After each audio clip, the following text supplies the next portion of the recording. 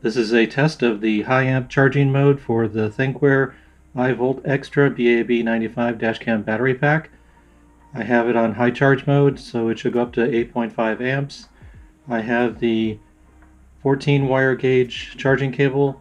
This time it's not in the coil that it was before. I've laid it out on this board so I can see if it makes any difference in the temperature from the charging mode.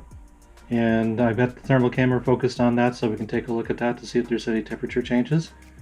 So let's begin the test. Let's turn on the accessory power in.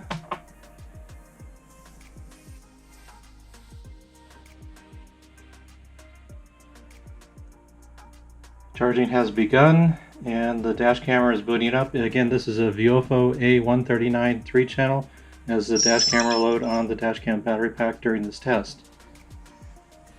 The ambient temperature in the room is 73 degrees Fahrenheit. And recording. 3 channels started.